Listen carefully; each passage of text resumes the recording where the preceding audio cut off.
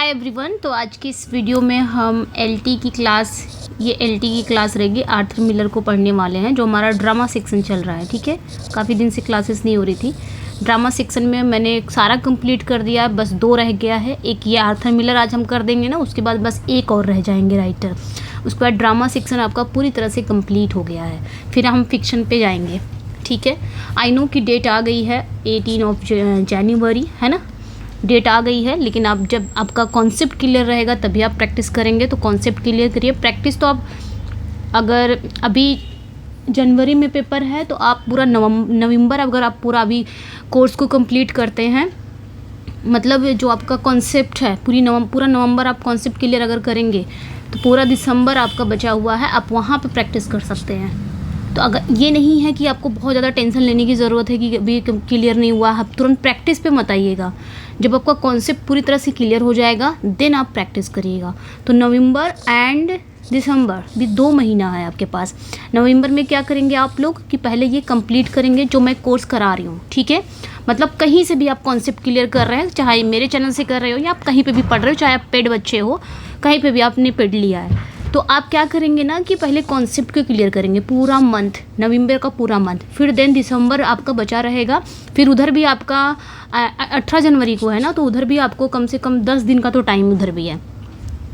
तो आप क्या करना ना, पहले आप कॉन्सेप्ट क्लियर करना, देन दिसंबर का जो मंथ होगा ना, जो आपको लग जाएगा कि हाँ पूरा कॉन्सेप्ट क्लियर हो गया है, सारे जितने भी हमने टॉपिक थे, जितने भी हमारे सिलेबस का टॉपिक था वो हमने कवर कर लिया है। उसके बाद आप क्या करोगे, दिसंबर की फर्स्ट वीक या मिड से भी आप कर सकते हो, वहाँ से आप अगर प्रैक्टिस करोगे तब भी आप कर ले जाओगे।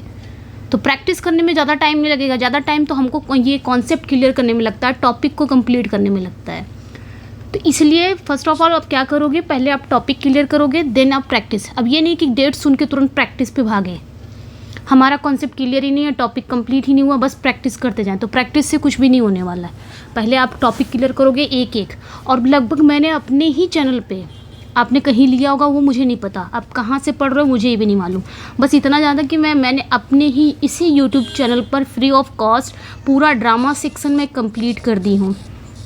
ड्रामा सेक्शन में जितने भी राइटर थे उनके वर्क थे, एलटी के लिए कह रही हूँ, ये हमारा कंप्लीट हो गया। सिर्फ 2 राइटर बच गए हैं, एक आज मैं करा दूँगी आर्थर मिलर, एक और राइटर हैं। ठीक है, उसके बाद ड्रामा सेक्शन कंप्लीट हो जाएगा। पोइट्री का सेक्शन मैंने लगभग सारी पोइट्री करा दी है, सिर्फ आपका टी.एस. इलियट का, अलेक्जेंडर पॉप का rape of the lock, T S. Eliot का ये वेस्टलैंड, और 1-2 राइटर और हैं। ठीक है, वो पोइट्री सेक्शन में 4-5 छूट गया है, वो मैंने नहीं कराया, बाकी पोइट्री सेक्शन पूरा करा दिया है। उसके बाद फिक्शन पे आ जाएंगे, फिक्शन हम पूरा करेंगे। ठीक है, और ये सारे आपके इसी पे चल रहा है, फ्री ऑफ कॉस्ट है, आपके यूट्यूब चैनल पे ही चल रही हैं। पूरा अलग से आप इसकी प्लेलिस्ट बनी हुई है एलटी की। ठीक है, आप जाएंगे, एलटी की लगभग मैंने कितनी क्लास करा चुकी है, आई थिंक 42 या 43 क्लासेस हो चुकी हैं। अब सिर्फ एलटी का मैं ये सब लेके बोल रही हूँ, बाकी उसमें ग्रामर भी हैं और उसमें जो फिगर ऑफ स्पीच वगैरह सब ले होके तो 51 क्लासेस हो गई हैं। ठीक है, तो आप जाके देखो, फर्स्ट टाइम चैनल पर अगर वॉच कर रहे हो तो जाके वहाँ पे देखो, फ्री ऑफ कॉस्ट सब कुछ पूरी थ्योरी पड़ी हुई है। थ्योरी के लिए इधर उधर भटकने की ज़रूरत नहीं है, आप वहाँ पे जाके देखिए। प्रैक्टिस तो ऑलमोस्ट सब जगह मिल ही जाएगी, प्रैक्टिस उसके बाद दिन प्रैक्टिस करिए, सिंपल सा है। इसलिए डेट सुन के एकदम हाइपर मत हो जाइए कि हाँ डेट सुन के चलो फिर प्रैक्टिस ही करते हैं, पता चला कॉन्सेप्ट क्लियर ही नहीं है। तो कॉन्सेप्ट क्लियर करिए पहले। ठीक है, चलिए फिर स्टार्ट करते हैं। ओके, तो आज की इस वीडियो में हम आर्थर मिलर को पढ़ेंगे और आर्थर मिलर का थोड़ा सा बायोग्राफी देख लेते हैं। उसके बाद देखेंगे कि इनका जो वर्क है, इनके वर्क को पढ़ने वाले हैं। इनके आज वर्क कौन सा, ऑल माई सन्स, है ना, आर्थर मिलर का ये आपके उसमें है एलटी में, ऑल माई सन्स। इसी ड्रामा को आज हम पढ़ने वाले हैं। ठीक है, लेकिन उसके पहले ये पढ़ लेते हैं, इनका कुछ बायोग्राफिकल एंड पर्सनल फैक्ट के बारे में जान लेते हैं। आर्थर मिलर जो थे ना, ये अमेरिका के सबसे महान प्लेराइट थे, मतलब प्लेराइट में से एक थे। ये अपनी कहानियों के ज़रिए अमेरिकी जो समाज की सच्चाई है और अमेरिकन जो ड्रीम है, यानी कि सफलता पाने का सपना, उसकी कमियों को दिखाते हैं अपनी कहानियों के ज़रिए, अपने वर्क के ज़रिए। ठीक है, तो इनका कुछ पर्सनल देखते हैं, इनकी बायोग्राफिकल एंड इनका पर्सनल फैक्ट। इनका जन्म कब हुआ था, तो अक्टूबर 17, 1915 में इनका जन्म हुआ था। कहाँ पे हुआ था, तो न्यूयॉर्क शहर के हार्लेम में हुआ था। ये हार्लेम कहाँ पे पड़ता है? ये न्यूयॉर्क शहर के हार्लेम इलाका है, न्यूयॉर्क सिटी, वहाँ पे इनका जन्म हुआ था। तो ये चीज़ें आपने ध्यान रखनी है, न्यूयॉर्क सिटी यूएस। ठीक है, इनकी डेथ कब हुई थी? तो ये भी याद रखना है, 10 फरवरी 2005 में इनकी डेथ हुई थी इन रॉक्सबरी। कहाँ पे? कनेक्टिकट। ठीक है, कनेक्टिकट, इन रॉक्सबरी कनेक्टिकट, यानी कि 10 फरवरी 2005 को कनेक्टिकट के रॉक्सबरी में इनकी डेथ हुई थी और उस समय इनकी एज थी 89 ईयर्स ओल्ड जब इनकी डेथ होती है। तो ये चीज़ें भी ध्यान रखनी है आपने। ठीक है, अगर बात करेंगे ये ऑक्यूपेशन से क्या थे, तो आपने याद रखना है ये प्लेराइट थे। ऑक्यूपेशन अगर पूछा जाए तो ये ऑक्यूपेशन से क्या थे, तो ये एक प्लेराइट थे, एसिस्ट थे, ये आपने सब याद रखना है। ठीक है, ये क्या थे? एसिस्ट थे और स्क्रीन राइटर थे। ओके, ये आपने ध्यान रखनी है, स्क्रीन राइटर थे। ओके, तो ये आपने ध्यान रखना, ये इनका ऑक्यूपेशन था। अल्मा मीटर की बात करेंगे, यूनिवर्सिटी ऑफ इन्होंने बहुत सारे इनको भी नोटेबल अवार्ड्स मिला है, तो वो हम आगे में पढ़ने वाले हैं। फिर ये देखेंगे impact of the great depression. अब इनके लाइफ का ये ग्रेट डिप्रेशन क्या है? तो 1929 में, ये ध्यान रखना है, 1929 में अमेरिका में एक भयंकर ग्रेट डिप्रेशन आया था। ग्रेट डिप्रेशन मतलब एक आर्थिक मंदी आया था। ठीक है, this experience of sudden poverty profoundly shaped millers work, making a critic of the American dream a central theme. तो 1929 में क्या हुआ था कि अमेरिका में एक भयंकर ग्रेट डिप्रेशन आया था, यानी कि आर्थिक मंदी आया था, और इसमें मिलर के जो पिता थे, मतलब मिलर के पिता का चलता हुआ जो बिजनेस था, कारोबार था, वो पूरी तरह से बर्बाद हो गया और उनका परिवार अमीर से गरीब हो गया। इस घटना का मिलर के राइटिंग पर बहुत गहरा असर पड़ा। ठीक है, उन्होंने अपने प्लेज में अमेरिकन ड्रीम, ये ध्यान रखना, उन्होंने अपने प्लेज में अमेरिकन ड्रीम्स, यानी कि ये सपना की मेहनत से कोई भी अमीर और सफल बन सकता है, इसकी आलोचना की और दिखाया कि ये सपना कैसे खोखला है। मतलब हम ये सपना देखते हैं ना कि अगर हम मेहनत करेंगे तो मेहनत से हम अमीर और सफल बन सकते हैं, लेकिन इन्होंने क्या कहा है, इन्होंने इसकी आलोचना की है अपने वर्क में और दिखाया कि ये सपना कैसा खोखला है। एजुकेशन की अगर हम बात करेंगे इनके एजुकेशन की, तो ही स्टडीड एट यूनिवर्सिटी ऑफ, ये ध्यान रखना है, Michigan, where he began writing plays and won the prestigious Avery Hopwood award for play writing. तो ये यहाँ ध्यान रखना है, इन्होंने मिशिगन यूनिवर्सिटी से पढ़ाई की और यहीं पर इन्होंने प्लेज लिखना शुरू किया और प्ले राइटिंग के लिए ये प्रेस्टिजियस एवरी हॉपवुड अवार्ड जीता। तो ये ध्यान रखना, एवरी हॉपवुड अवार्ड इन्होंने प्ले राइटिंग के लिए इनको मिला था। ओके, तो ये चीज़ें ध्यान रखनी है। University of Michigan. अच्छा, मैरिजेस की बात करेंगे तो मिल्टन की तरह इन्होंने भी 3 शादियां की हैं। मिलर ने 3 बार शादी की है, ये भी ध्यान रखना है। ठीक है, 3 times Miller was married 3 times, his most famous marriage was to actress.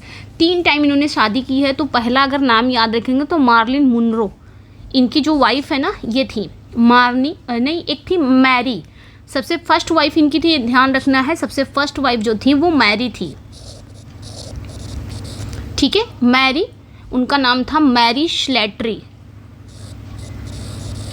ये सबसे पहली वाइफ थी मैरी स्लेटरी, जिनसे इनकी शादी आई थिंक मैरिड जो हुआ था इनका 1914 में हुआ था और डिवीज़न इनकी हो गई थी 1956 में। तो ये चीज़ें ध्यान रखनी है। उसके बाद दूसरे नंबर पे ये फर्स्ट नंबर पे थी। सेकंड नंबर पे जो दूसरी वाइफ थी वो थी मार्लिन। ठीक है, जो मतलब सेकेंड नंबर पे थी, नहीं फर्स्ट, हाँ सेकेंड नंबर पे वो मार्लिन, ये थी, ये मार्लिन मुनरो। ठीक है, ये थी मार्लिन मुनरो। तो इनका ये टाइम पीरियड था 1956 से 1961, ये इनका टाइम पीरियड था। ठीक है, उसके बाद जो इनकी थर्ड वाइफ थी, थर्ड वाइफ इनकी यही थी, ये याद रखना है, ये फर्स्ट थी। तो जो थर्ड वाइफ थी इनका नाम था इंजे मुराद। क्या नाम था? इंजे मुराद। ये थर्ड थी, ये तीसरी पत्नी थी इंजे मुराद। ठीक है, और ये फर्स्ट पत्नी थी मैरी स्लॉटरी। ये फर्स्ट वाइफ थी, ये फर्स्ट वाइफ थी, ये सेकंड वाइफ थी, ये थर्ड वाइफ थी, जो कि एक फोटोग्राफर थी। तो ये ध्यान रखना है। ठीक है, चलिए आगे बढ़ते हैं। तो ये हो गया, इनकी मैरिजेस की बात हो गई। स्क्रीन प्ले फॉर मुनरो अगर बात करेंगे हम, मुनरो के लिए स्क्रीन प्ले, तो इन्होंने क्या कहता है, he wrote the screenplay for the film Misfits 1961 which was Marilyn Monroe final completed film. तो बात अगर करेंगे कि इन्होंने अपनी पत्नी मार्लिन मोनरो के लिए द मिसफिट्स नाम की फिल्म की कहानी, जो फिल्म की कहानी थी ना, जो स्क्रीन प्ले था, वो इन्होंने ही लिखा था। ये मार्लिन मोनरो की आखिरी पूरी की गई फिल्म थी, तो ये ध्यान रखना है, इसका स्क्रीन प्ले इन्होंने लिखा था। ठीक है, आगे बढ़ेंगे अगर हम बात करेंगे, और ये भी ध्यान रखना है कि जो ये आपके आर्थर मिलर थे ना, आर्थर मिलर अगर पूछा जाए, ये अमेरिकन प्ले राइट थे, एसिस्ट थे, और ये इंपॉर्टेंट फिगर थे 20वीं सेंचुरी के। ठीक है, पूछा जाए ये किस सेंचुरी के थे, तो 20वीं सेंचुरी के एक इंपॉर्टेंट फिगर थे, 20वीं सेंचुरी अमेरिकन थिएटर के। ठीक है, अमेरिकन थिएटर, ये ध्यान रखना है। अब आ जाएंगे हम,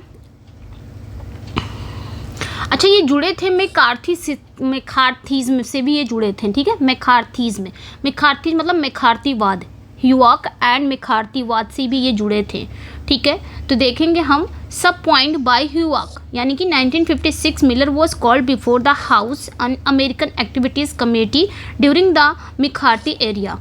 मतलब बात अगर करेंगे कि 1950 के दशक में अमेरिका में एक मैकार्थीवाद का दौर चल रहा था। ठीक है, इसे मैकार्थीइज्म बोला जाएगा, तो हिंदी में बोलेंगे मैकार्थीवाद। ये 1950 के दशक में अमेरिका में एक मैकार्थीवाद का दौर चल रहा था, और ये एक ऐसा दौर था ना जब कम्युनिस्ट होने के शक में लोगों पर जुल्म किए जा रहे थे, उनसे पूछताछ होती थी और उनकी नौकरियां छीन ली जाती थी। तो ये जो ह्यूआक मतलब हाउस अन अमेरिकन एक्टिविटीज़ कमेटी, अमेरिकी सरकार की एक कमेटी थी जो इसी तरह की जांच करती थी। ठीक है, 1956 में मिलर को भी इसी कमेटी के सामने पेश होने के लिए बुलाया गया था, तो ये चीज़ें ध्यान रखनी है आपने। अगला हम देखेंगे रिफ्यूज़ल टू नेम नेम्स। ये अगर बात करेंगे कि नाम बताने से इन्होंने इनकार कर दिया था। His famous refuse to name writers and colleagues he had allegedly seen at communist affiliated meeting. जब उस समिति ने मिलर पर दबाव डाला कि वो उन राइटर, उन साथियों के नाम बताएं जो कम्युनिस्ट मीटिंग में शामिल होते थे, तो मिलर ने बड़ी ही बहादुरी से किसी का भी नाम बताने से साफ इनकार कर दिया था।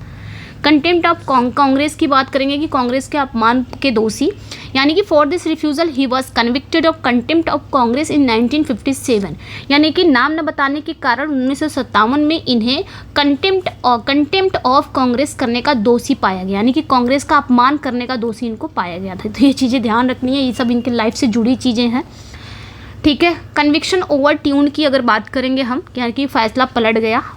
ऑल्दो क्या हुआ कि his conviction was later overturned by US court of appeals in 1958, यानी कि एक साल के बाद 1957 के बाद 1958 में क्या हुआ, एक साल के बाद 1958 में एक बड़ी अदालत ने इस फैसले को पलट दिया और मिलर को बरी कर दिया गया। ठीक है, तो ये ध्यान रखना। क्रूसिबल एज एलिगरी, यानी कि his play crucible, the crucible, इनका प्ले है द क्रूसिबल। ठीक है, ये इनका प्ले है जो कब आया था, 1953 में आया था। A direct allegorical attack on McCarthyism using the 1692 Salem witch trials to critique the anti communist hysteria of the 1950s। तो ये ध्यान रखना है कि मिलर का एक वर्क है, ये इनका प्ले है द क्रूसिबल, ये इन्होंने 1953 में लिखा था, और ये प्ले ना सीधे तौर पर मैकार्थीवाद पर एक अटैक था, मतलब जिसमें इन्होंने मैकार्थीसिज्म को क्या किया था, आलोचना की थी, इस पर अटैक किया था। ठीक है, प्ले की जो कहानी है ना, इस क्रूसिबल, यानी कि इसकी जो कहानी है, ये 1692 के जो सलेम गांव की थी, जहां अंधविश्वास के कारण लोगों पर जादू टोना करने का इल्ज़ाम लगाकर उन्हें फांसी दी जाती थी। तो मिलर ने इसी पुरानी घटना का यूज़ करके, जिसे एलिगरी कहते हैं, अपने समय के कम्युनिस्ट शिकार की आलोचना करने के लिए किया। तो क्रूसिबल एक एलिगरी भी है। ठीक है, तो ये ध्यान रखना है। मेजर प्लेज एंड थीम्स की अगर हम बात करेंगे, फर्स्ट ब्रॉडवे प्ले, इनका फर्स्ट ब्रॉडवे प्ले कौन सा है, इनका फर्स्ट ब्रॉडवे प्ले कौन सा है, तो his first play produced on Broadway was the man who had all the luck 1944। It was commercial failure closing after only 4 performances. ये ब्रॉडवे क्या है, जानते हो क्या है ये ब्रॉडवे? ये ब्रॉडवे अमेरिका का एक थिएटर है।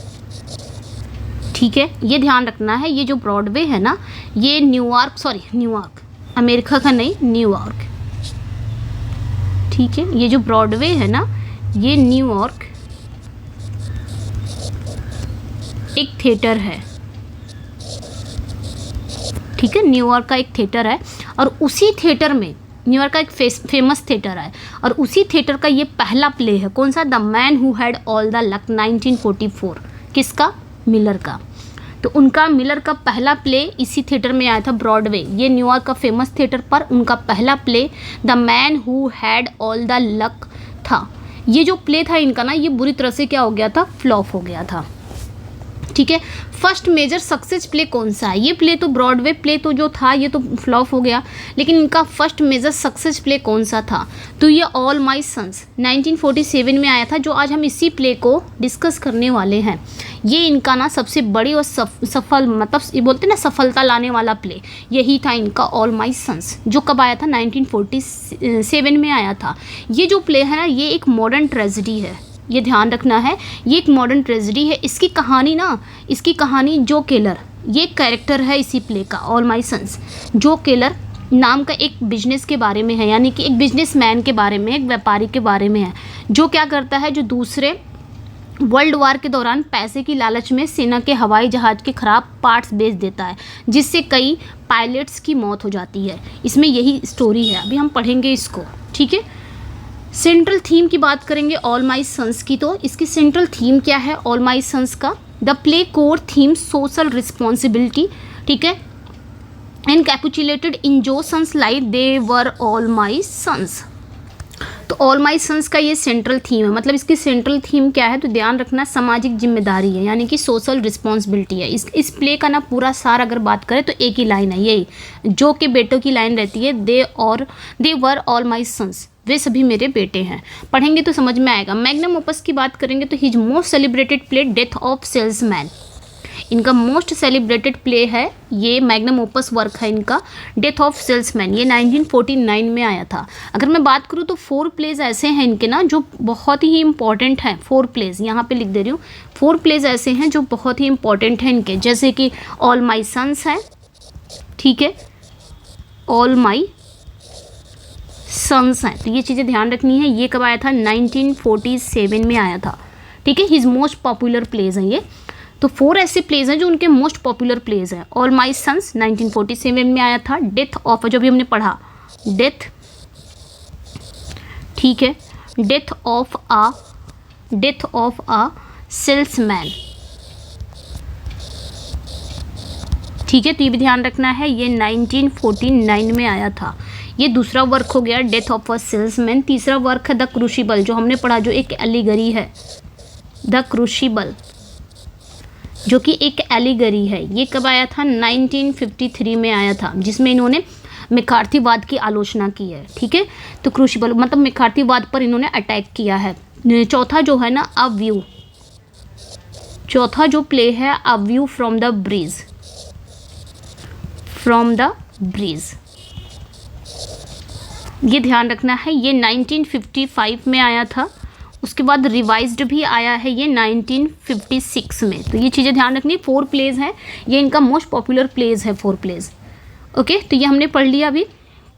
तो ये मैग्नम ओपस है इनका, डेथ ऑफ अ सेल्समैन 1949 में आया था, considered masterpiece of 20th century American theatre. तो ये चीज़ें आपने ध्यान रखनी है, ओके। मतलब ये 20th सेंचुरी के अमेरिकी थिएटर का एक बहुत ही मास्टरपीस माना जाता है, death of a salesman. The common man eight tragic hero, तो आम आदमी एक ट्रेजिक हीरो के रूप में है। मतलब this play establish the concept of tragedy of common man. The protagonist Willy Loman is a failing salesman destroyed by his blind faith in flawed American dream. इसकी बात हो रही है डेथ ऑफ सेल्समैन की। ये जो प्ले है ना, इसमें एक कॉमन मैन है जो कि एक ट्रेजिक हीरो के रूप में उसको दिखाया गया है इस प्ले में, डेथ ऑफ अ सेल्समैन में, ठीक है। एक आम आदमी को एक ट्रेजिक हीरो के रूप में दिखाया गया है, ठीक है।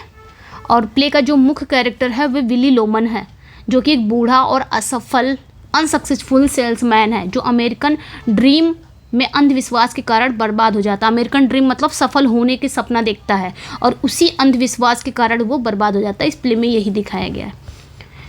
एक्सप्रेशनिस्ट टेक्निक्स की बात करेंगे तो ये भी यूज़ करते थे, ठीक है। एक्सप्रेशनिस्ट टेक्निक्स यानी कि अभिव्यक्तिवादी तकनीकें। Death of salesman is famous for expressionist techniques blending past and present through Willey Loman memories and hallucination on stage. तो डेथ ऑफ सेल्समैन की अगर बात करेंगे, जो इनका मास्टरपीस है, ये अपने खास टेक्निक्स के लिए मशहूर है। इसमें इन्होंने ड्रामा, मतलब इसमें ड्रामा असलियत में नहीं है बल्कि विल्ली लोमन के दिमाग में चलता है। वो अपनी पुरानी यादों को हेलुसिनेशन में खो जाता है और स्टेज पर प्रेजेंट और पास्ट एक साथ दिखाए जाते हैं। जब बात एक्सप्रेशनिस्ट की आ जाएगी तो यही चीज़ें होगा। मतलब अगर ये प्ले इसी पे है, मतलब एक्सप्रेशनिज्म है इसमें, ये वाले टेक्निक्स का इन्होंने इसमें यूज़ किया है। तो उसमें क्या होता है, जब एक्सप्रेशनिज्म आ जाएगा ना तो उसमें रियल कहानी कुछ नहीं होगी, रियल कुछ भी दिखाया नहीं जाएगा, बल्कि जो कैरेक्टर रहेगा, कैरेक्टर के दिमाग में जो चल रहा है, उसका जो साइकोलॉजिकल स्टेट है, उसके दिमाग में उसके इमोशन जो है, वो सारी चीज़ों को दिखाया जाएगा, जैसे कि ये प्ले भी है, ठीक है। A view from the bridge, जो मैंने अभी बताया, जस्ट अभी बताया, ये 1955 में आया था। 4 प्लेस को मैंने बताया ना कि उनका बहुत इंपॉर्टेंट है। तो a view from the bridge ये 1956 में आया था। बाद में इसका रिवाइज्ड वर्जन भी आया 1956 में, ये रिवाइज्ड वर्जन भी आया था। तो ये ध्यान रखना है इस प्ले को भी, ठीक है। A view from the bridge, ये जो प्ले है ना, ये जो प्ले है, तो ये याद रखना है कि ये play set in longshoreman community in Brooklyn. This play explore betrayal, jealousy and forbidden love. The protagonist Eddie Carbone ultimately informs on his immigrant relatives violating and community code of silence. तो ये जो play है ना, a view from the bridge, ये play ना Brooklyn में रहने वाले जो बंदरगाह है, बंदरगाह मजदूर के कम्युनिटी पर आधारित है। और ये प्ले ना बिट्रेयल, जेलसी, फॉरबिडन लव यानी कि गलत प्रेम की कहानी है। इसका मेन कैरेक्टर कौन है? Eddie Carbone. कौन है? एडी कॉर्बन, जो अपने ही इमिग्रांट रिश्तेदारों की इन्फॉर्म कर देता, मतलब अपने ही अप्रवासी रिश्तेदारों की मुखबरी कर देता है, इन्फॉर्म कर देता है। लेटर नोटेबल प्लेज, बाद के इनके कुछ नोटेबल प्लेज हैं। Other significant plays include the price है, 1968 में आया था, which revisit the theme family conflict and the past and after the fall 1964 more autobiographical play believe to be based on his life and marriage of Marilyn Monroe. तो ये बाकी भी इनके कुछ प्लेज हैं, याद रखना। द प्राइस था जैसे कि 1968 में आया था, ठीक है। इसमें क्या शामिल है? इसमें पारिवारिक कॉन्फ्लिक्ट पर ये प्ले है। उसके बाद आफ्टर द फॉल भी आया है 1964 में, जिसे काफ़ी हद तक उनकी अपनी ज़िंदगी और मार्लिन मुनरो से उनकी शादी पर बेस्ड माना जाता है, ठीक है। अच्छा, अवार्ड्स भी इनको 4 टाइम्स मिले हैं, अवार्ड्स भी याद रखना है, ठीक है। जैसे कि पुलित्ज़र प्राइज़ इनको मिला था। Arthur Miller one the Pulitzer prize for drama 1949 में फॉर डेथ ऑफ सेल्समैन। तो इनको 1949 में पुलित्ज़र प्राइज़ मिला था, किसके लिए? ड्रामा के लिए। वो ड्रामा कौन सा था, कौन से वर्क के लिए मिला था? जो इनका मैग्नम ओपस था, ठीक है, मास्टरपीस था, डेथ ऑफ सेल्समैन के लिए मिला था। तो ये चीज़ें ध्यान रखनी है आपने, ठीक है। और इनको और भी 1984 में इनको कैनेडी सेंटर ऑनर्स भी मिला था, ठीक है। तो ये चीज़ें ध्यान रखनी है, ये भी आपने, ये भी इनको मिला था 1984 में। फिर 2001 में इनको मिला था प्रीमियम इम्पीरियल।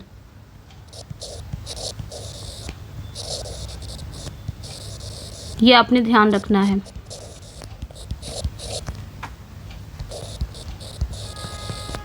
फिर इनको मिला था 2003 में जेरूसलम, ठीक है, जेरूसलम प्राइज़।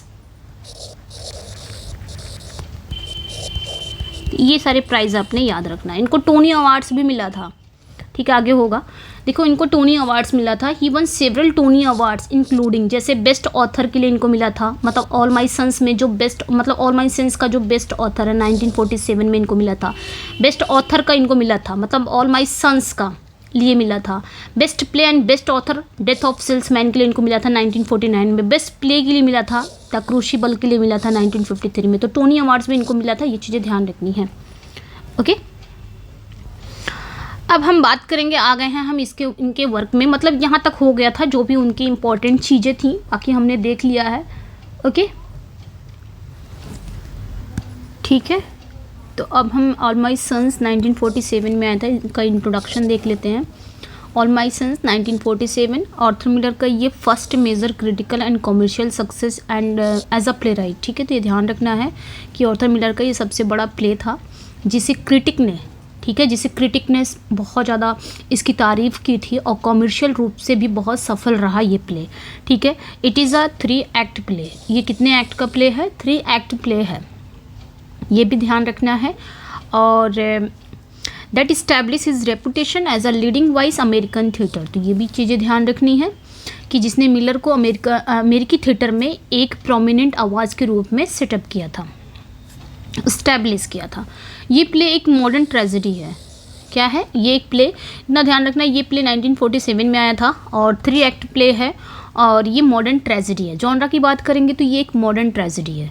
और किससे ये इन्फ्लुएंस होकर इन्होंने लिखा था? तो जो हेनरिक इब्सन थे ना, हेनरिक इब्सन के रियलिस्ट जो प्ले, ये रियलिस्ट प्ले लिखते थे ना, लाइक जॉन गॉल्सवर्दी की तरह। ये लोग क्या करते थे? रियलिस्ट प्ले लिखते थे, मतलब समाज की जो भी चीज़ें होती थी उसको रियल अपने प्लेज में दिखाते थे। तो हेनरिक इब्सन भी थे। तो हेनरिक इब्सन का जो रियलिस्ट प्ले था, इनसे काफ़ी प्रभावित थे आर्थर मिलर। ठीक है, स्पेशली इसमें इब्सन की तरह ही उन्होंने एक पास्ट सीक्रेट का यूज़ किया है इसमें, इस प्ले में ऑल माई सन्स में इब्सन भी यूज़ करते हैं और उन्हीं की तरह इन्होंने पूरी तरह से उन्हीं की तरह एक पास्ट सीक्रेट का यूज़ किया है। ठीक है, जो धीरे धीरे करके क्या होता है, एक स्टेबल दिखने वाले परिवार को पूरी तरह से बर्बाद कर देता है। ठीक है, ये ध्यान रखना है, मतलब ये ऑल माई सन्स की स्टोरी बताया जा रहा है। तो ये किससे इंस्पायर होके? हेनरिक इब्सन की तरह इंस्पायर होके इन्होंने ये प्ले लिखा है। ओके, तो ये चीज़ें समझ में आ गई होंगी। और ये भी ध्यान रखना है कि जो मिलर हैं, Miller was inspired by a true story about a women who reported her own father to the authorities for selling faulty parts to the military during World War II। तो ये चीज़ें ध्यान रखने की मिलर को ये play लिखने की जो प्रेरणा है वो एक सच्ची कहानी से मिली थी, एक ट्रू स्टोरी से मिली थी, जिसमें एक औरत थी, उसने खुद अपने पिता के खिलाफ अधिकारियों को रिपोर्ट कर दी थी, क्योंकि वो वर्ल्ड वॉर सेकेंड के दौरान सेना के जो फॉल्टी पार्ट्स होते थे, सेना के जो खराब पुर्जे थे, उनको बेच रहा था। तो ये किस ट्रू स्टोरी से इन्होंने ये कहानी लिखी है, एक ट्रू स्टोरी से बेस्ड है, ये भी ध्यान रखना है। और इसमें इन्होंने हेनरिक इब्सन की ज़्यादातर क्वालिटीज़ को यूज़ किया है। ओके, इस प्ले की सेटिंग की बात अगर हम करेंगे तो ये पूरा प्ले कहाँ पे सेट है? तो किलर होम का जो बैकवार्ड एरिया है, यानी कि जो आंगन है, घर का जो पिछवाड़ा होता है, तो ये जो इसमें जो कैरेक्टर है जो किलर, ठीक है, ये कैरेक्टर है, इस जो किलर आप बोल सकते हो मेन कैरेक्टर है ये। इनका जो घर है, किलर परिवार का जो बैकवार्ड है, वहाँ पे इसकी सेटिंग रखी गई है इस प्ले की। ठीक है, और ये जो सेटिंग है ना, काफ़ी शांत है, ये ध्यान रखना है, काफ़ी सुंदर है, काफ़ी शांत है, काफ़ी आइडलिक है और अमेरिकी सब बर्बन का माहौल है इस तरह। लेकिन धीरे धीरे ये क्या है, क्लस्ट्रोफोबिक स्पेक बनते जा रहा है, दम घोटू, यानी कि क्लस्ट्रोफोबिक जगह बनते जाता है जहाँ परिवार का राज दफन है। टाइम की बात करेंगे तो इस प्ले में भी क्लासिकल यूनिटीज़ का यूज़ किया गया है, यानी कि ये प्ले ना एक्शन ऑफ टाइम प्लेज, ठीक है, उसका यूज़ किया गया। तो the action takes place over a single day on Sunday in 1947, just a few years after the end of second world war. तो कहानी, ये इस प्ले की पूरी कहानी एक ही दिन में, यानी कि सिंगल डे में ही घटती है, यानी कि अगस्त 1947 में एक संडे का दिन रहता है और पूरे दिन में ही इसकी पूरी कहानी घट जाती है। जो वर्ल्ड वॉर सेकेंड हुआ था ना, उसके ख़त्म होने के कुछ ही साल बाद का समय है। ठीक है, ये ध्यान रखना, ये प्ले ऐसा दिखाया गया है कि वर्ल्ड वॉर अभी भी ख़त्म हुआ है, थोड़ा साल बीत गया है, उसके बाद का ये टाइम है। ठीक है, this play famous observe the classical unity, जो मैंने भी बताया कि ये जो प्ले है ना, ये क्लासिकल यूनिटीज़ को फॉलो करता है, यानी कि टाइम प्लेस एंड एक्शन की बात करता है। पूरी कहानी एक ही जगह पर 24 घंटे के अंदर ही घटना घटती है। इसमें प्ले का जो टेंशन है, जो ड्रामेटिक इम्पैक्ट है, बहुत बढ़ जाता है। तो कैरेक्टर्स की बात करेंगे, मेन कैरेक्टर जो किलर हैं, ये जो मेन कैरेक्टर हैं जो किलर, ये मतलब पूरे परिवार की ये मुखिया हैं, पैट्रियार्क हैं। लगभग ये 60 साल के हैं। ठीक है, ये एक सेल्फ मेड व्यापारी हैं जिनकी एक सफल फैक्ट्री है, एक सक्सेसफुल फैक्ट्री है। तो ये परिवार के मुखिया हैं जो किलर। ठीक है, लगभग 60 साल के हैं ये और सेल्फ मेड व्यापारी हैं जिनकी एक सक्सेसफुल फैक्ट्री भी है। और अगर बात करेंगे तो He was accused of shipping faulty cylinder heads to the Air Force during World War II, leading to the death of 21 pilots.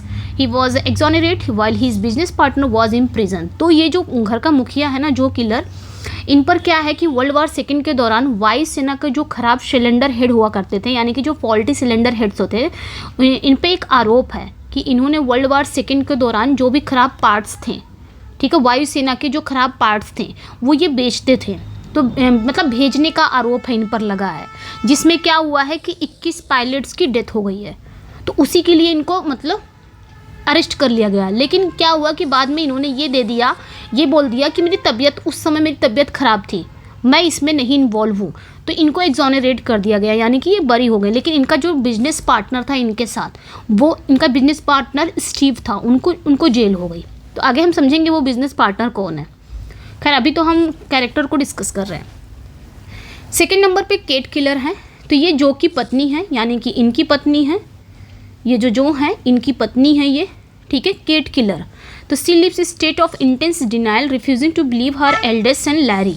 तो इस प्ले में एक बात दिखाया गया है कि जैसे प्ले स्टार्ट होता है ना, तो इनका एक बड़ा बेटा है जिसका नाम है लैरी, वो मर चुका है, ऐसे दिखाया गया। लैरी कभी आया नहीं है, ना ही प्ले में साफ ऐसा कैरेक्टर बोलते हुए, डायलॉग बोलते हुए नहीं दिखाया गया, ना स्टेज पे आया है। बस नाम है कि हाँ बड़ा बेटा था जो मर चुका है, 3 साल से वो युद्ध से लापता है। लेकिन ये जो केट किलर हैं वो ये मानने को तैयार ही नहीं है। वो इमोशन में हैं, बहुत ज़्यादा भ्रम में हैं, या बहुत ज़्यादा इमोशनल हैं कि वो ये सच्चाई मतलब एक्सेप्ट ही नहीं कर पा रही हैं कि उनका बेटा नहीं है। तीसरे नंबर पे जो कैरेक्टर है क्रिस केलर, ये कौन है? तो ये सर्वाइविंग बेटा है, 32 ईयर्स का है ये दूसरा बेटा है, ठीक है। ये बड़ा बेटा है लैरी, एल्डेस्ट सन है, ये छोटा बेटा है, दूसरा बेटा है, सेकंड बेटा है, जो कि 32 साल का है। काफ़ी आइडलिस्ट बेटा है ये, काफ़ी आदर्शवादी है, और ये भी युद्ध में लड़ रहा था और अपने साथियों की सेक्रीफाइस को भूल नहीं पाया है, ठीक है। ये अपने पिता के बिजनेस में काम करता है, लेकिन युद्ध से हुए मुनाफे को लेकर ये मन ही मन क्या है, गिल्ट फील कर रहा है। इसको भी लग रहा है भाई युद्ध में ये लोग क्या किए हैं, जो वर्ल्ड वार सेकेंड हुआ था ना, जो वायुसेना का जो पार्ट्स थे, जो खराब पार्ट्स थे, तो ये लोग क्या करते थे, उसको भेजते थे, जिससे इनका मुनाफा हुआ था। तो इसी के जुर्म में इनको इनके फादर को गिरफ्तार कर लिया गया था, जो किलर को। लेकिन जो किलर ने थोड़ा सा बहाना क्या कर दिया, तो वो रिहा हो गया। लेकिन उसका जो बिजनेस पार्टनर है स्टीव, उसको ना जेल हो गई, ठीक है। तो ऐसा कुछ था। तो ये ध्यान रखना, ये भी पता है ये भी उसी में दोषी ही था, लेकिन ये गिल्ट अंदर ही अंदर गिल्ट फील कर रहा है। और ये एन डीवर से प्यार करता है और उससे शादी करना चाहता है। एन डीवर, ये याद रखना, ये इसकी मंगेतर है। आगे है एन डीवर। नेक्स्ट जो कैरेक्टर है एन डीवर, ये कौन है? ये लैरी की पहले यानी कि ये जो एन डीवर है ना, पहला जो उसका जो बड़ा भाई था क्रिस का, लैरी, इसकी मंगेतर थी। लेकिन अब 3 साल से वो लापता है, ठीक है, 3 साल से लापता है। तो यहाँ पे जो क्रिस है, सेकेंड वाला भाई है, वो इससे शादी करना चाहता है एन डीवर से, ठीक है। ये 26 साल की है, ठीक है। तो ये ध्यान रखना है। ये क्या करती है, he has return to Keller home at Chris invitation. ये क्रिस के बुलाव पर केलर के घर लौटी है। She is practical and resolute young women who has accepted Larry death and wants to build a new life with Chris. तो ये एक्सेप्ट कर लेती है, माँ थोड़ी ना है ये फियोंसे रहती है, फॉर्मर फियोंसे रहती है, ठीक है, किसकी? उसकी लैरी की। लेकिन जब जान जाते हो 3 साल से गायब ही है ही नहीं है, तो ये दूसरे वाले भाई क्रिस के साथ एक नई लाइफ सोचती है कि एक नई लाइफ इसके साथ कर दूं, क्योंकि वो तो है ही नहीं, अब आएगा नहीं, उसकी मौत हो चुकी है। तो क्रिस के साथ एक नई ज़िंदगी शुरू करना चाहती है, ठीक है। तो लास्ट में प्ले का हम देखेंगे कि डिवेस्टेटिंग सीक्रेट इसी के पास है, आए देखेंगे। नेक्स्ट जो कैरेक्टर है जॉर्ज डीवर। एन डीवर याद रखना, एन डीवर है, फिर जॉर्ज डीवर। डीवर से याद रखना, ये भी इसी का भाई है, एन डीवर का। ये 32 साल का है, जो कि एक लॉयर है, ठीक है, जो कि एक लॉयर है। और he just visited his father Steve. जो मैंने कहा था ना कि उसकी जो किलर की जो किलर हैं, इनको रिहा कर दिया गया है क्योंकि ये बीमारी का बहाना कर दिया था। इसका जो बिजनेस पार्टनर था उसको क्या कर लिया गया है, उसको कैदी बना लिया गया है, स्टीव को। तो वो जो स्टीव है ना, ये इसी का, एन डीवर का ही पिता रहता है, इसी एन डीवर का, यानी कि जॉर्ज डीवर का ही पिता रहता है, जो बेचारा अभी बंद है, कहाँ पे? जेल में, स्टीव प्रिजन में है, ठीक है। तो ये इसको पता चल जाता है। ये जाता है जॉर्ज डीवर अपने फादर से मिलने के लिए, जो कि लॉयर रहता है। पूरी कहानी पता चलता है कि क्या हुआ, क्यों ऐसे बंद हो, आप दोनों तो बिजनेस पार्टनर थे। तो ये जो स्टीव डीवर है और जो केलर हैं, दोनों बिजनेस पार्टनर रहते हैं, ठीक है। अब वो जो खराब पार्ट्स था उसको भेजने के आरोप में दोनों फंसते हैं, लेकिन वो तो बहाना करके बच जाता है, ये बेचारा फंस जाता है। तो इसका जो बेटा है जॉर्ज डीवर, जो कि एक लॉयर है, ये इससे मिलने आता है जेल में। तो ये पूरी कहानी पूछता है अपने फादर से कि क्या हुआ, कैसे कैसे हुआ था।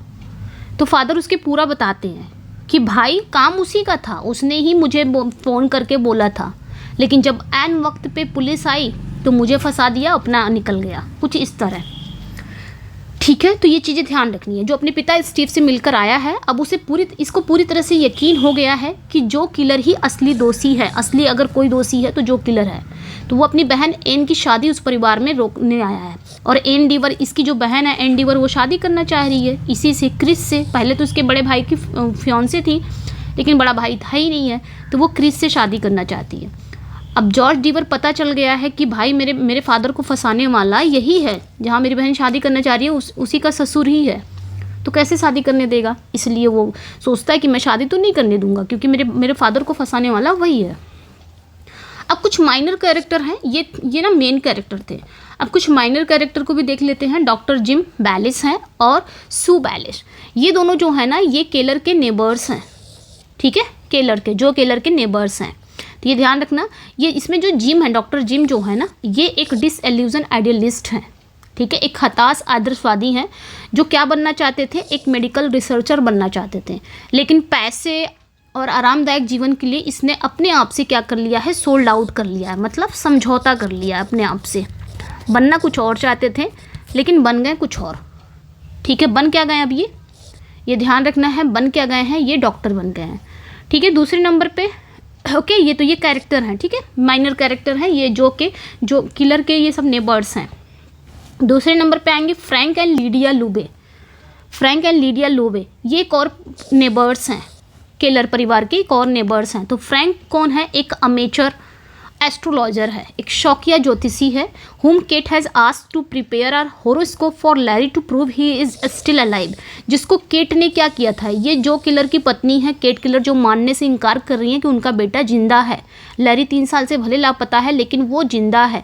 तो वो इसी के पास आती हैं, इसी एस्ट्रोलॉजर के पास। किसके पास, फ्रैंक के पास। फ्रैंक एक अमेचर एस्ट्रोलॉजर है, यानी कि एक शौकिया ज्योतिषी है, जिसे केट किलर आके कहती हैं कि लैरी की कुंडली बनाओ, मेरे बेटे लैरी की कुंडली बना दो, और ये प्रूफ कर दो, ये साबित कर दो कि वो जिंदा है, लैरी जिंदा है।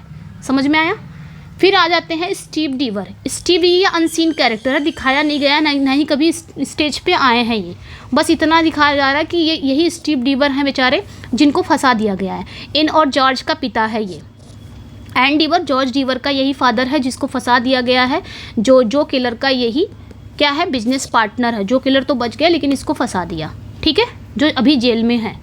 फिर है लैरी केलर, ये भी कभी आया नहीं है, स्टेज पर कभी नहीं आया है, बस हाँ नाम दिखाया गया है। तो ये लैरी केलर कौन है, वही जो किलर का बड़ा बेटा है, जो 3 साल से कहाँ पे है, युद्ध से लापता है, जो अभी तक आया नहीं है, ठीक है। तो ये केलर परिवार का क्या है, मिसिंग सन है, ठीक है। तो ये ध्यान रखना। अब इसकी याद में सिर्फ एक फाइनल लेटर है, यहाँ पे कहानी में लेटर दिखाया गया, इसकी याद में सिर्फ इसी का लिखा हुआ एक फाइनल लेटर है, जो प्ले के कॉन्फ्लिक्ट और रेजुलेशन का सेंटर बन जाता है, ठीक है। तो ये था। थीम की बात करेंगे, कैरेक्टर हो गया ना, मैंने कैरेक्टर बताते बताते आधी कहानी बता दी है। थीम की अगर बात करेंगे तो इसमें ना सोशल रिस्पॉन्सिबिलिटीज़, फैमिली ऑब्लिगेशन दोनों है, ठीक है। यानी कि इस प्ले का मेन जो थीम है, ये प्ले ये क्वेश्चन पूछता है कि क्या एक पर्सन अपने परिवार के प्रति ड्यूटी समाज को, यानी कि कर्तव्य समाज को नुकसान पहुंचाने वाले कामों को सही ठहरा सकता है अपने परिवार के प्रति। तो प्ले का जो टाइटल है ना, वो ऑल माई सन्स है, ठीक है। प्ले का जो टाइटल है वो क्या है, all my sons. All my sons यहाँ पे मतलब जो केलर की अंतिम समझ से आता है, वो सिर्फ अपने बेटों के लिए नहीं बोलता, वो सभी, यानी कि जो 21 पायलट्स उसकी वजह से मरे हैं, मतलब जो जिसकी वजह से उसको पकड़ने वाले थे ना पुलिस, तो उसको स्टीव को पकड़ लेते हैं, ये बच जाता बहाने से, लेकिन लास्ट में एक्सेप्ट करता है ये कि हाँ मेरे फॉल्ट की वजह से वो सारे बेटे मरे हैं। तो वहाँ पे ये अपने बेटों को नहीं बोल रहा all my sons, all my sons वो अपने बेटों को नहीं बोल रहा बल्कि जो 21 पायलट मरे हैं जिनकी डेथ हुई है उनको बोल रहा, हाँ वो सभी भी मेरे बेटे थे जिनके लिए मैं जिम्मेदार हूँ। ठीक है, फ्लॉड अमेरिकन ड्रीम भी है इसमें, यानी कि अमेरिकी सपना का खोखलापन भी दिखाया गया है। ठीक है, यानी कि जो किलर जो है वो अमेरिकन ड्रीम के यानी कि डार्क साइड के पार्ट को दिखाता है, यानी किसी भी कीमत पर आपको क्या करना है, पैसा और परिवार के लिए सफलता हासिल करना है। ये प्ले ये भी दिखाता है, चाहे उसमें किसी की जान चली जाए चाहे कुछ भी हो, क्योंकि जो किलर ने यही किया था, है ना। वर्ल्ड वार सेकंड के बाद वो ख़राब पार्ट्स भेजने लगे, किस लिए, अपने परिवार के लिए, ताकि मेरा परिवार मेरा बिजनेस प्रॉफिट करे।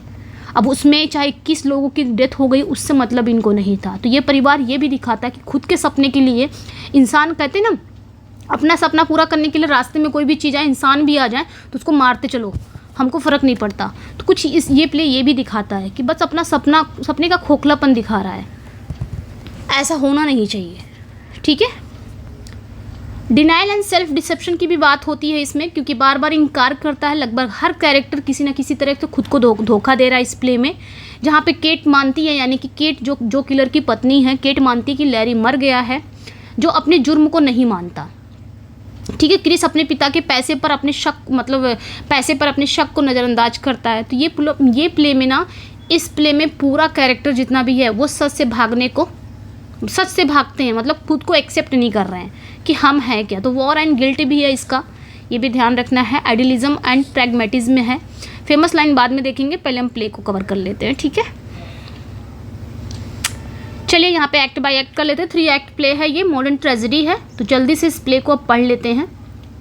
ओके, बाकी हम कोट्स वगैरह बाद में देख लेंगे। Entire play takes place over a single day. जैसे मैंने कहा कि ये प्ले क्लासिकल यूनिटीज़ को फॉलो करता है। तो ये पूरा प्ले ना एक ही दिन में, यानी कि अगस्त 1947 एक रविवार संडे में किलर परिवार के घर के जो बैकवार्ड में, वहाँ पे पूरी घटना घटती है, जो अमेरिका का एक सबर्बर इलाका है, उपनगरीय इलाका है। ठीक है, ये जो यार्ड है, ये जो आंगन है, पिछवाड़ा है, ये देखने में बहुत ही आइडियलिक है, मतलब बहुत शांत और सुंदर है। लेकिन वहाँ का वहाँ पे एक ब्रोकन एप्पल ट्री है। उस यार्ड में ना, उस आंगन में एक टूटा हुआ सेब का पेड़ है। ठीक है, जो सबका ध्यान खींचता है। और ये जो पेड़ है ना, ये केलर के जो बड़ा बेटा था लैरी, उसकी याद में लगाया गया है। ये जो सेब का पेड़ है, ठीक है, उसकी बड़ा बेटे के याद में लगाया गया है। जो बेचारा कहाँ पे है, जो युद्ध से लापता हो गया है, पिछली रात आए तूफान से ये पेड़ टूट गया। ठीक है, जो युद्ध जैसे ही वर्ल्ड वार सेकेंड हुआ था, उनका बेटा जो लैरी है वो तब से लापता है। और जैसे ये लापता हुआ, वो जो एप्पल ट्री था वो भी ब्रोकन हो गया। तो फर्स्ट एक्ट में हम देखेंगे मॉर्निंग का समय है, सुबह का समय है। The play opens with Joe Keller the patriarch reading the newspaper. His neighbour doctor Jim Bayliss joins him. They discuss the want ads and the fallen tree. तो सुबह की शुरुआत होती है। सुबह में क्या होता है, प्ले की शुरुआत कैसे होती है, जो किलर है, घर का मुखिया है, वहाँ से होती है। वो बैठे हैं और अखबार पढ़ रहे हैं, तभी उनका पड़ोसी आ जाता है, डॉक्टर जिम बैलिस। ठीक है, ये आ जाता है पड़ोसी, जो उनके पास बैठ जाता है। वो दोनों अखबार पढ़ रहे हैं, बात कर रहे हैं, और अखबार में जो टूटे हुए पेड़ के बारे में, मतलब उसमें न्यूज़ है, उसी न्यूज़ के बारे में लोग बात कर रहे हैं। बात क्या कर रहे हैं लोग, उसी अखबार और टूटे हुए पेड़ के बारे में दोनों लोग बात कर रहे हैं। उसके बाद क्या होता है, फॉलन ट्री दिखाया जाता है, यानी कि the tree memorial for their son Larry missing in action for 3 years was struck by lightning. This deeply upset Joe wife Kate Killer. She takes it as a sign that Larry is still alive. तभी क्या दिखाया जाता है, fallen tree को दिखाया जाता है। मतलब ये जो पेड़ है ना, एप्पल ट्री, ये पेड़ लैरी की याद में लगाया गया था, और अब बिजली गिरने से ये पेड़ भी टूट गया है। और ये जो लैरी है, ये 3 साल से लापता है। ठीक है, इनका बड़ा बेटा था जो किलर का, तो ये 3 साल से लापता है, और उसी की याद में ये एप्पल ट्री लगाया था। जो कल रात तूफान आया, बिजली आई, जिसके कारण ये पेड़ क्या हो गया, टूट गया। तो ये बात जो पत्नी है केट किलर को बहुत परेशान कर देती है। उसे एक साइन मानती है कि लैरी अभी भी जिंदा है, जैसे मतलब वो सिर्फ टूटा है पेड़, तो उस पेड़ को देख के इसको लगता है कि लैरी जिंदा है, क्योंकि पेड़ सही सलामत है। उस साइन मानती है, कुछ इस तरह। ठीक है, फिर कहानी शिफ्ट होती है। मेन यहीं से शुरू हो जाता है। Central conflict is introduce.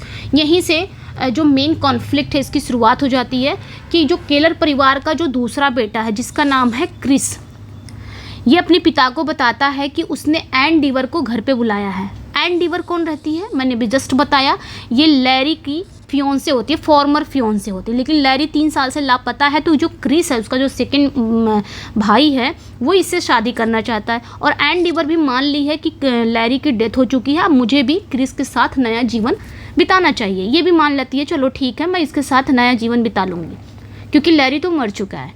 तो ये अपने पिता को बताता है क्रिस कि मैंने एन डीवर को इन्वाइट किया है, ठीक है। और एन वॉज लैरी फियोंसे, जो मैंने भी बताया। Chris now plans to marry her, अब क्रिस क्या उससे शादी करना चाहता है। फिर क्या होता है, केट्स डिनाइल, ये बताता है कि मैंने एन डीवर को घर पे बुलाया है। और उसके बाद जो केट डिनाइल, केट यहाँ पे ध्यान रखना, ये जो केट है ना ये जो किलर की पत्नी है, यानी कि ये क्रिस की माँ है, क्रिस और लैरी की माँ है, ठीक है। जो इसका बहुत ज़्यादा ये सुन के ना कि एन डीवर आ रही है और क्रिस उससे शादी करना चाह रहा है, तो ये तुरंत ना मना करने लग जाती है, विरोध करने लग जाती है, क्योंकि वो जानती है कि लैरी जिंदा है भाई। क्योंकि केट तो मानती है ना कि मेरा बड़ा बेटा भी जिंदा है, इसलिए वो ऐसा सच वो नहीं चाहती कि ये जो क्रिस है और जो एन डीवर एक दूसरे से शादी करें, यानी मेरा दूसरा बेटा एन डीवर से शादी करे, क्योंकि एन डीवर अभी भी लैरी की ही है, क्योंकि लैरी जिंदा है। वो एक्सेप्ट ही नहीं करती कि लैरी मर चुका है, तो बार बार जोर दे के कहती है कि एन डीवर अगर किसी की अमानत है तो लैरी की है, तुम शादी नहीं करोगे, अपने बेटे को कहती है। फिर क्या होता है, बैक स्टोरी स्टार्ट हो जाती है, यानी कि जो क्राइम इस प्ले में दिखाया गया है, थोड़ा सा हम बैकग्राउंड देख लेंगे कि कहानी आखिर यहाँ तक कैसे पहुँची। तो बैक स्टोरी में ये देखते हैं हम। फिर क्या होता है, थोड़ी सी कहानी हम बैकग्राउंड देखेंगे कि बैकग्राउंड में क्राइम हुआ क्या था।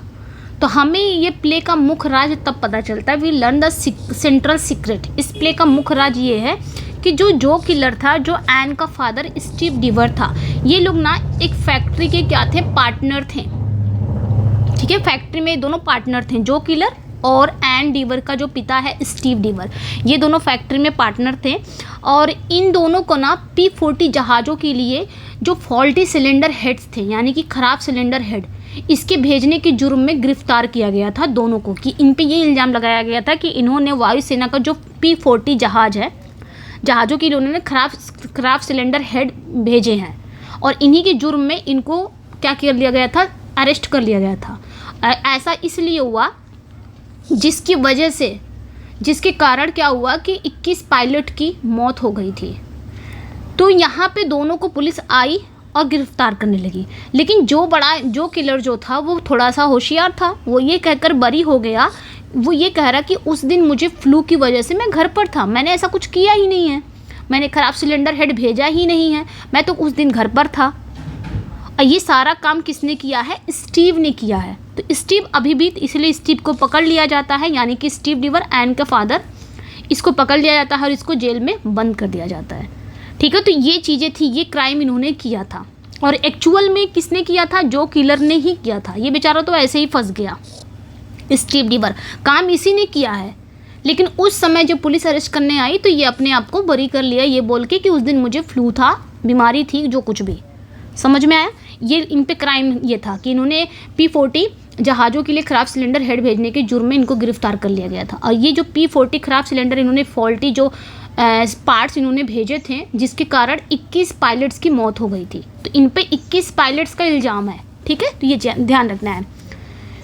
फिर क्या होता है, the acts with a threat. ये जो पहला एक्ट है ना, वो इस चेतावनी के साथ ख़त्म होता है कि एन का जो भाई है जॉर्ज डीवर, हु इज़ अ लॉयर, जो कि एक लॉयर है, वो फ़ोन करता है, he is on his way to the Keller house after visiting his father Steve in prison for the first time. तो एन का जो ब्रदर है जॉर्ज डीवर, वो जाता है अपने पिता से मिलने जेल में, स्टीव डीवर से मिलने जाता है। तो स्टीव डीवर पूरी कहानी बता देता है कि बेटा ऐसा सा था, मैं तो नहीं था उतना, मतलब मैं भी था साथ में, लेकिन ये काम किसने मुझे फ़ोन करके बताया था, ये जो किलर ने ही मुझे बोला था, ये सब जो किलर ने मुझे बोला था। लेकिन लास्ट मोमेंट पे क्या होता है, जब पुलिस पकड़ने आती है तो वो अपने आप को बरी कर लेता है झूठ बोल के और मुझे फंसा देता है। ये कहानी ना वो अपने बेटे जॉर्ज डीवर को बता रहा होता है। कौन, स्टीव डीवर। पूरा जेल में मिलने गया, पूरी कहानी बता दिया। अब जॉर्ज डीवर एकदम गुस्से में है कि बताओ, मेरे पिता उतना इन्वॉल्व ही नहीं था, फिर भी मेरे पिता को जो किलर ने फंसा दिया, अब मैं उसे छोड़ूंगा नहीं। और ना ही अपनी बहन की शादी उस परिवार में होने दूंगा, ना बड़े बेटे ना सेकंड बेटे, किसी के साथ नहीं होने दूंगा। ठीक है। फिर क्या होता है, वो फ़ोन करता है, कहाँ पे, किलर हाउस में फ़ोन करता है कि मैं आ रहा हूँ घर पर। ठीक है, ये मतलब वो फ़ोन करता है कि मैं आ रहा हूँ घर पर, मैंने अपने पिता से तो मुलाकात कर ली, मुझे पूरी सच्चाई का पता चल गया है, अब मैं जानता हूँ कौन असली दोषी है और मैं आ रहा हूँ घर पे आप लोग से मिलने के लिए। और जैसे ही वो फ़ोन करता है, पूरे घर में शांति भंग हो जाती है, मतलब शांति भंग हो जाती है, क्योंकि केट को जो डर था कि वो पुराना केस फिर से खोलने आ रहा है। पुराना केस यही कि कौन दोषी है, भाई जो दोषी है वही जेल में जाएगा, मेरे पिता क्यों हैं। तो ये जॉर्ज गुस्से में जाता है केट के घर पे, केट और जो किलर के घर पे।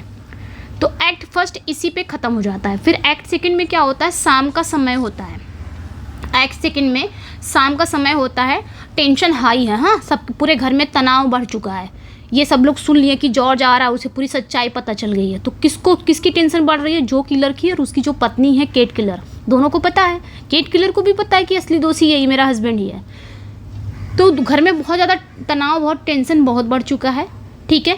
और जो क्रिश है, जो उसका छोटा भाई है लैरी का, वो क्या कर रहा है कि जो पेड़ टूट गया था ना, जो एप्पल ट्री था, तूफान आने की वजह से टूट गया था, तो वो क्या कर रहा है, आरी से उस पेड़ को काट रहा है।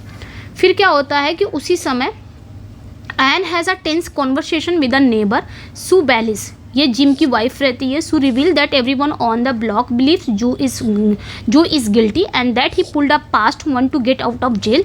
This is the first time Ann is confronted with the public opinion. तो जो एन है, एन डीवर जो रहती है, उसकी जो फियोंसे रहती है क्रिस, जिससे शादी करना चाह रहा है, वो अपनी ही पड़ोसन सुई बेलिस से थोड़ी सी उसकी झड़प हो जाती है, क्योंकि सुई बेलिस क्या कहती है कि जो ही असली गिल्टी है, जो किलर ही, यानी कि तुम्हारा जो होने वाला ससुर है वही असली गिल्टी है, तुम्हारे पिता को उसी ने फंसाया है। तो अभी तक एन को ये सारी चीज़ें नहीं पता रहती है, लेकिन पड़ोसियों में कहते हो ना, कोई भी बुरी बात हो घर में भले ना पता रहे, लेकिन पड़ोसी सबसे पहले जान जाते हैं। तो पड़ोसी इसको बताते हैं कि तुम्हारे पिता को फंसाने वाला कौन है, जो ही है असली जो गिल्टी है वही है, अपराधी कौन है वही है। तब जाके पहली बार ऐसा होता है कि एन को सच्चाई का पता चलता है कि हाँ कौन है। पहली बार एन को आम लोगों की राय का पता चलता है कि बाकी लोग क्या सोच रहे हैं।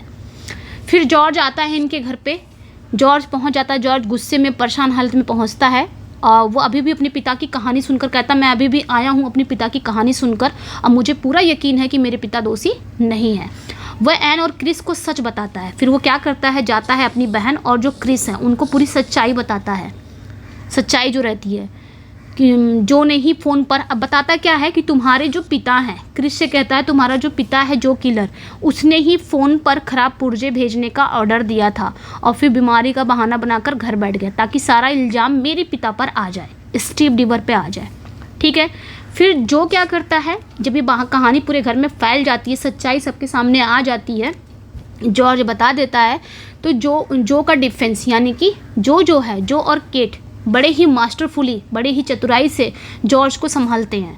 अब वो गुस्से में आग बबूला है, उसको पता चल जाता सच्चाई की कौन सही असली दोषी है।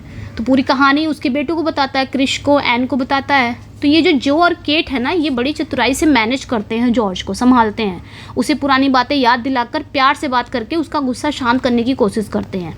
लेकिन फिर क्या होता है, जो अकेले में क्रिस के सामने अपनी सफाई देता है। अब जो भाई, अब इसका जो सेकेंड बेटा है, क्रिस को सारी सच्चाई पता चल जाती है कि मेरे पिता ने ऐसा किया है। तब ये जाता है, जो किलर जो है, ये अपने बेटे को अकेले में बुलाता है और सफाई देता है कि बेटा मैंने ऐसा कुछ नहीं किया, ये पूरा सच नहीं है। वो कबूल नहीं करता। ठीक है। वो बार बार कहता मैंने ऐसा कुछ किया ही नहीं है, और कहता है, तर्क देता है कि उसने जो कुछ भी किया अपने बेटों के लिए किया, बिजनेस खड़ा करने के लिए किया। बाद में ये भी बोलता है, प्राइवेटली तो बात करता है, कहता है मतलब पूरा सच नहीं कबूल करता है, लेकिन तर्क ये ज़रूर देता है कि जो कुछ भी मैंने किया अपने बेटों के लिए किया, अपने बेटों के बिजनेस खड़ा करने के लिए किया। ये अपने बेटे को समझा रहा है क्रिस को, कहीं मेरा बेटा मुझसे नाराज़ ना हो जाए। ठीक है। फिर कहता है, I am his father and he is my son and if there is something bigger than that I will put a bullet in my head. ये कहता है क्रिस के सामने कि मैं उसका पिता हूँ और वह मेरा बेटा है।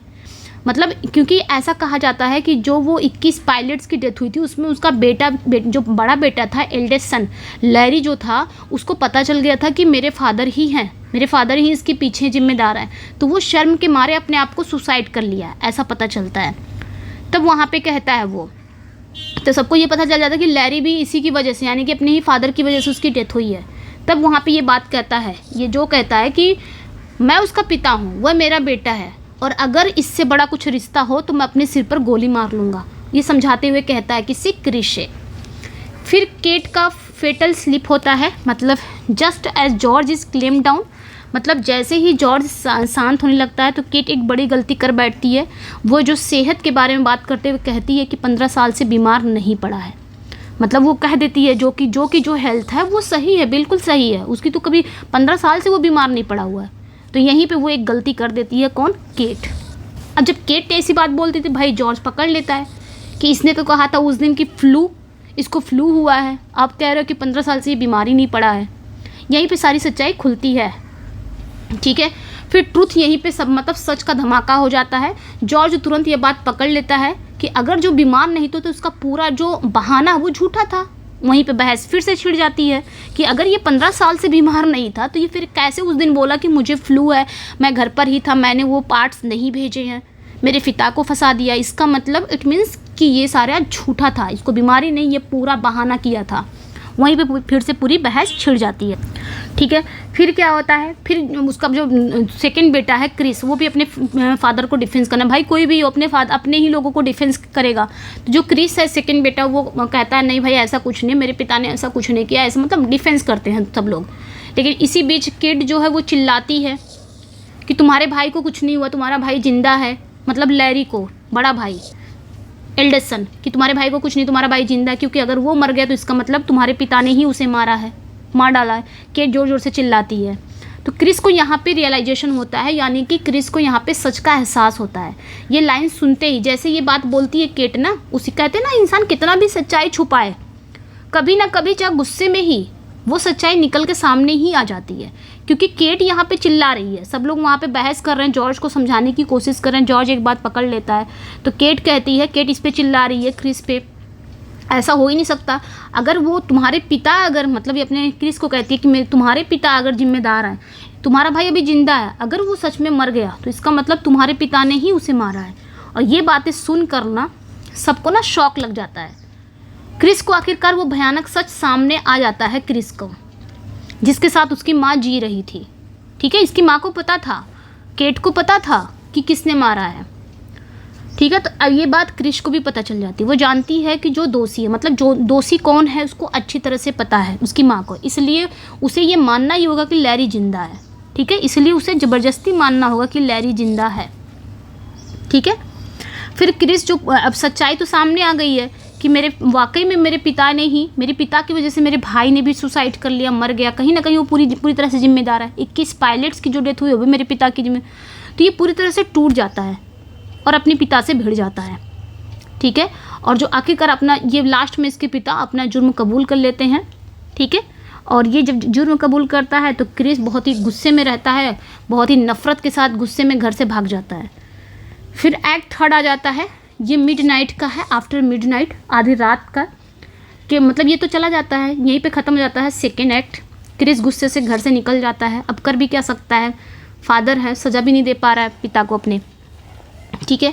फिर क्या होता है, एक्ट थर्ड ना, आधी रात हो चुकी है, अभी तक वो वापस नहीं आया है, क्रिस घर पे नहीं आया है, और जो केट है वो आंगन में बैठकर उसका इंतज़ार कर रही है।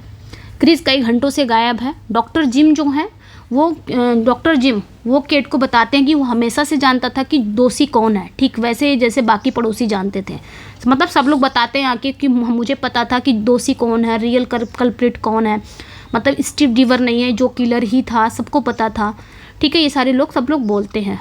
फिर जो की सफाई फिर से होती है, यानी कि जो किलर जो 60 साल के हैं, जो यहाँ पे भी क्या करते हैं, केट के सामने अपने जुर्म को सही ठहराने की, जस्टिफाई करने की कोशिश करते हैं। वो तर्क देते हैं कि उसने ये सब परिवार के लिए, पैसे के लिए, क्रिस के लिए किया है। अब वो ना अपनी पत्नी को भी समझा रहे हैं कि ये सब मैंने जो भी किया अपने परिवार के लिए किया, अपनी पैसे के लिए किया, क्रिस के लिए।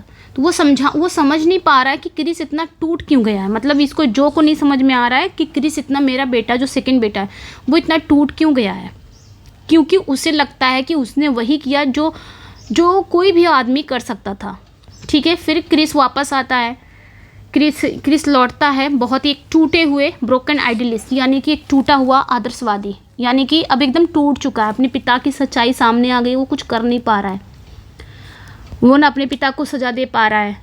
तो वो आता है, डायरेक्ट कहता है एन मैं तुमसे शादी नहीं कर सकता और मैं ये घर छोड़कर हमेशा के लिए जा रहा हूँ। ठीक है, वह सिर्फ अपने पिता के जुर्म से नहीं बल्कि खुद अपने पिता को सजा न दे पाने की कायरता से भी टूट चुका है। वो यहाँ पे एक्सेप्ट करता है कि वह एक कायर है। ठीक है, वो यहाँ पे एक्सेप्ट करता है वो क्या है, एक कायर है, ये ध्यान रखना है। ठीक है, वो यहाँ पे एक्सेप्ट करता है वो कायर है जो अपने पिता को जेल भी नहीं भेज सकता, इतना कायर बेटा है।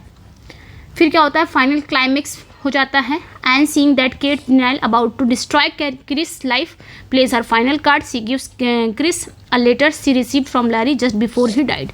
फिर क्या होता है, वहीं पे एन को ये बोल देता है मैं तुमसे शादी नहीं कर सकता, भाई मेरे घर में मेरे घर वाले ऐसे हैं, मेरे पिता ऐसे हैं, कैसे शादी कर सकता हूँ। जब ये बोल के वो जाने लगता है तो एन क्या करती है, क्रिस को ना एक लेटर देती है। ठीक है, एक लेटर देती है, और लेटर किसका रहता है, लैरी का, जो अपने डेथ से पहले वो लिखा रहता है वो लेटर, और इस तक पता नहीं कैसे पहुंच जाता है, यहाँ पे एन तक पहुंचा देता है वो लेटर, और एन को मिल जाता है लेटर। तो लास्ट में एन ना ये क्या करती है, उसी लेटर को देती है, किसको, क्रिस को देती है, और क्रिस उस लेटर को जोर से पढ़ता है, और ये लैरी का लेटर रहता है, यानी कि इसके बड़े भाई का। तो लैरी उसमें लिखा रहता है, उसमें लेटर में क्या लिखा रहता है, लेटर में यही लिखा रहता है, Chris read the letter aloud, Larry writes that he had read about his father's trial in newspaper, overcome with shame at what his father did, he tells and he can not live any more. तो उस letter में ये लिखा था, Larry ने लिखा था कि उसने न्यूज़पेपर में अपने पिता के, अपने फादर के मुकदमे के बारे में पढ़ लिया था। वो अपने पिता के लिए बहुत ज़्यादा शेम से भर गया, शर्मिंदगी से भर गया। वो कहता है कि वो अब वो और नहीं जी पाएगा। फिर आगे कहता है कि उसने, आगे लेटर में लिखा रहता है कि उसने वो एक मिशन पे जा रहा है और सुसाइड करने की योजना बना रहा है, यानी वो अपना ही प्लान क्रैश मतलब अपना ही प्लान क्या कर देगा, वो क्रैश कर देगा।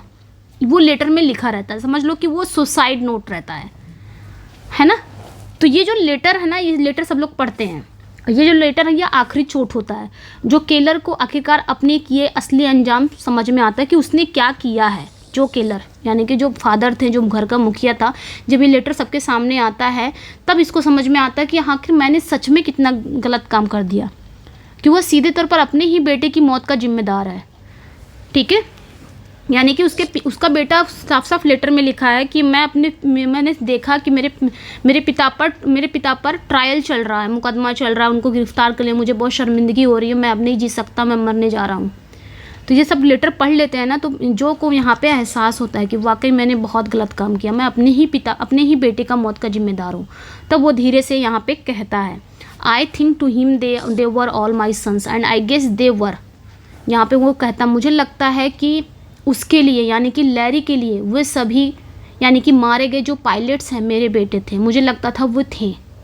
यानी कि अब वो कहता है कि जितने भी पायलट्स मारे गए थे, तभी वो बात वो कहता है ऑल माई सन्स, वे सभी मेरे बेटे, जैसे लैरी मेरा बेटा है वैसे वो सभी भी मेरे बेटे थे।